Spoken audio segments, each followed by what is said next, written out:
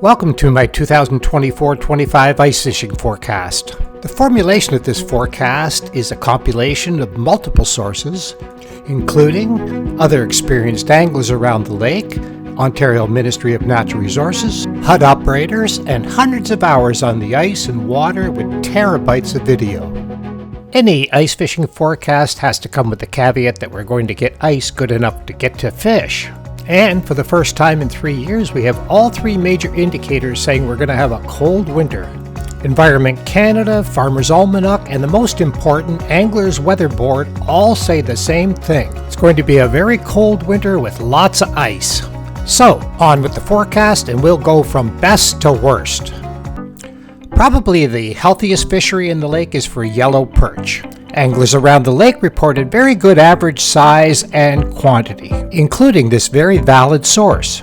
During the Lake Simcoe Jumbo Throwdown with 150 participants, the winner had to enter 14.5-inch average for 5 fish to win, and there was 68 fish 14 inches or better. Of course, this is just one indicator, and as I've said in many of my videos, catch rates are not a good indicator.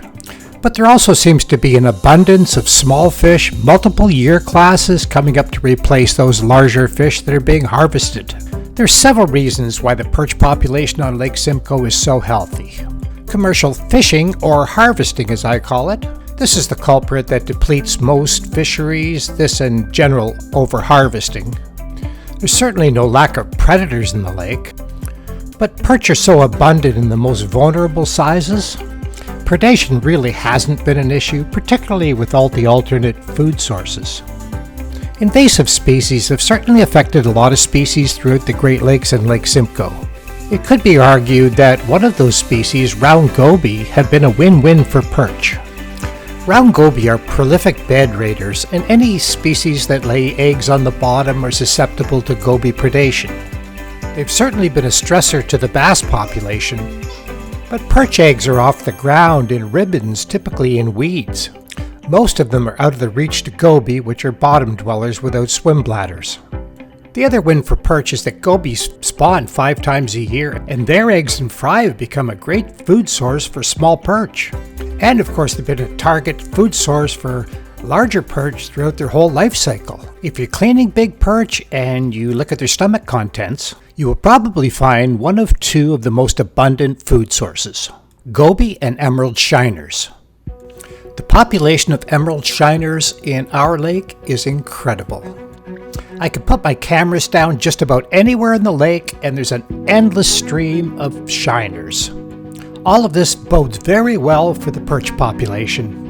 You may have heard the term that a lake fish is big or small for a certain species. An example of this would be a certain species can only be caught in very few places in the lake. That means that that species fishes small. Our lake fishes big for perch. You can catch big perch in absolutely any area of the lake, and in almost any depth. So I think we're going to have another very good year. And if you want to add to the fun, if you live in Southern Ontario, make sure you sign up for the Lake Simcoe Jumbo Throwdown. And if you want to learn more about when, where, and how to catch them, whether you're a beginner or a perchaholic, be sure to watch my video Perching for Dummies here on YouTube. Next on my list is lake whitefish, the second most popular species targeted for ice anglers on Lake Simcoe.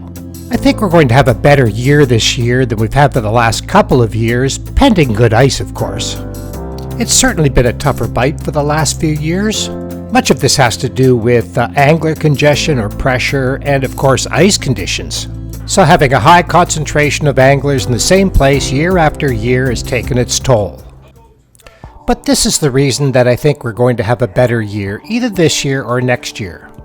While fishing for perch for the last 3 years, I noticed a lot of these large schools of what I thought were herring.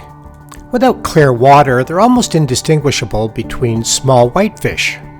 Some of these schools actually were herring, particularly when they're with a lot of large perch. There's certainly no mistaking what these are, and I did see a lot of this as well. Crystal clear water, and I can zoom in on the mouth. They are herring, and I've seen multiple year classes in large schools. These could have been herring as well, until I started to get clearer water and the fish started swimming closer to my cameras. Finally, some of them started to swim within inches of my camera, so there's no doubt what this is. This fish looks big, but it's actually only 14 to 16 inches long. Most of these small fish I caught on camera while fishing for perch. Whitefish that I targeted came out of much deeper water.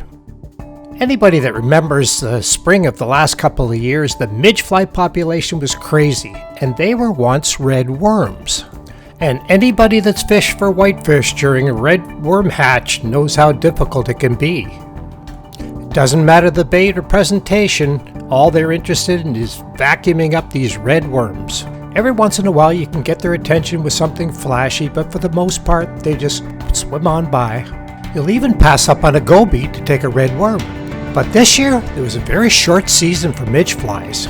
I was out several times at multiple locations in prime season and there was hardly any. So a short red worm season could certainly help. Whitefish reach sexual maturity between 3 and 5 years old. So those schools of smaller fish should be moving up on traditional spawning grounds. For all these reasons and less pressure from bad ice for 2 years in a row, should make for a pretty good year. We are very fortunate to have a nutrient-rich lake and sustainable habitat in spite of zebra mussels and quagga mussels. We still have a very healthy whitefish fishery, thanks to robust natural recruitment and stocking program by the Ontario Ministry of Natural Resources. But this is not the case in the Great Lakes. I would urge everybody to watch the series All Too Clear, The Last Whitefish. The series shows the devastating effects of zebra and quagga mussels in the Great Lakes. So far, our lake has not suffered the same consequences. There's a blanket of mussels throughout the whole lake. Ironically, nutrient load has offset most of the damage. Let's hope that continues. And next on the list, burbot or ling. Most burbot are caught as incidental catches while fishing for whitefish or lake trout. But over the last 5 to 7 years, more anglers have learned to target them. Many of the guides have a second or third outing now because they fish them at night. They are nocturnal feeders, but pre and post spawn they'll feed during the day as well. Structures that seem sterile during the daytime really load up during the witching hour. Guides that fish them at night claim double-digit catches every night. So there's no lack of fish, but you will have to be in the right place at the right time. They're likely to be in the same places that you're fishing for whitefish. I don't target them, and all of my fish are incidental. But this winter, I plan on putting some cameras down with lights and just see how many of these come up on the shoals.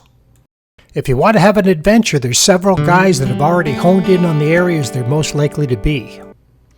Our lake is a great pike fishery. Although most are probably still incidental catches while fishing for perch, more anglers are targeting through the ice.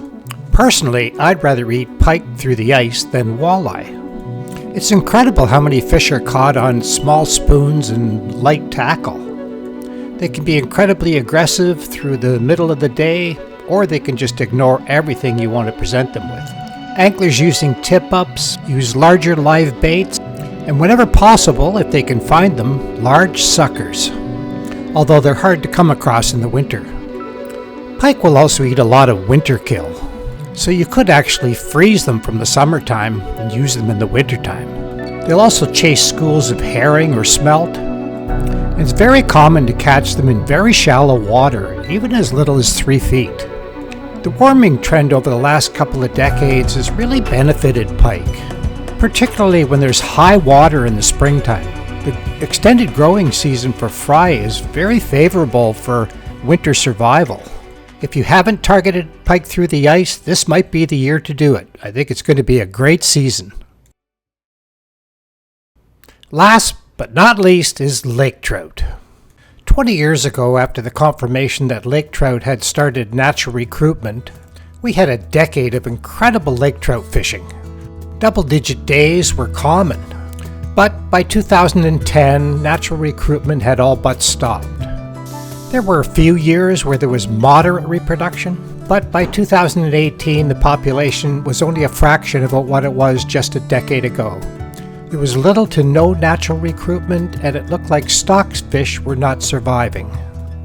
Lake trout are fall spawners, but they weren't showing up in the traditional spawning areas. Nobody knows why they weren't reproducing or that the stockfish weren't surviving. There's multiple reasons why natural fish couldn't survive. Trout are the first spawners in the fall. Their eggs lay on the bottom till spring. Whitefish and herring spawn after trout in the same location, and both of those can eat trout eggs. Add to this the number one bottom egg predator, goby, and it becomes a very volatile spawning cycle. The low yields on stockfish could also be predation. For years, the Ontario Ministry of Natural Resources has been stocking fish from piers, and there are a lot of predators on the way to deep water. The ministry is very committed to rehabilitating the trout fishery in Lake Simcoe. In 2023, the ministry started stocking from a live release boat into deep water and increased the stocking numbers dramatically with 2 different strains. We may not know the results of this for another couple of years, but if you do manage to catch a very small trout, clipped or not clipped, please take a picture of it and post it. There are other promising signs, small fish caught 12 to 14 inches in Campbell Bay, but for at least the next couple of years, it's going to be a slow season with a lot of time spent for few fish. So, just to recap, I think it's going to be a great perch year, an improving whitefish year if you can stay away from the congestion. It's going to be a good year for Burbot if you're willing to put in the after hours. Should be an excellent year for pike. Put in the time to learn to target them. Unfortunately, it's going to be another slow year for lake trout, but have some patience. It's coming. Thanks for watching, and I'll see you out there. Stay safe.